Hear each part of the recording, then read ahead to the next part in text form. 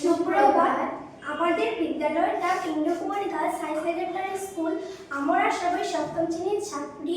আমাদের টিমের নাম নিউটন। আজ আমরা উপস্থাপন করব আমাদের প্রজেক্টের বিষয় ক্রিয়েট ফ্রম ওয়েস্ট, মানে বর্জ্য থেকে সৃজন, যা সমৃদ্ধ ভারত এই মূল ভাবনার উপর ভিত্তি করে তৈরি হয়েছে। আমাদের দেশ বিকশিত ভারত 2047-এর স্বপ্ন দেখছে একটি পরিচ্ছন্ন, আত্মনির্ভর ও পরিষ্কার পদ্ধতি ভারতে।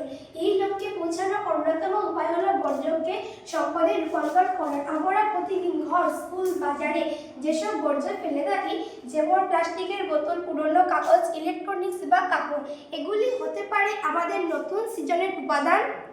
উদাহরণস্বরূপ প্লাস্টিকের বোতল দিয়ে ফুলদানি, পেন স্ট্যান্ড, গাছের টব ইত্যাদি তৈরি করা হয়। পুরানো কাপড় দিয়ে ব্যাগ, পুতুল, কুশন কভার ইত্যাদি তৈরি সম্ভব। এভাবে রিসাইকেল বা রিউজ করে পরিবেশ রক্ষা করতে পারি, বর্জ্য কমাতে পারি। আমাদের প্রজেক্টের মূল উদ্দেশ্য হলো আমরা যদি দায়িত্বশীল নাগরিক হিসাবে বর্জ্যকে নতুনভাবে ব্যবহার করি, তাহলে কেবল পরিষ্কার পরিবেশ নয়, এর উন্নত ও টেকসই বিকশিত ভারত গড়ে তুলতে পারব। তাই আসুন প্রতিজ্ঞা করি, বর্জ্য নয়, সম্পদ তৈরি করব। ধন্যবাদ।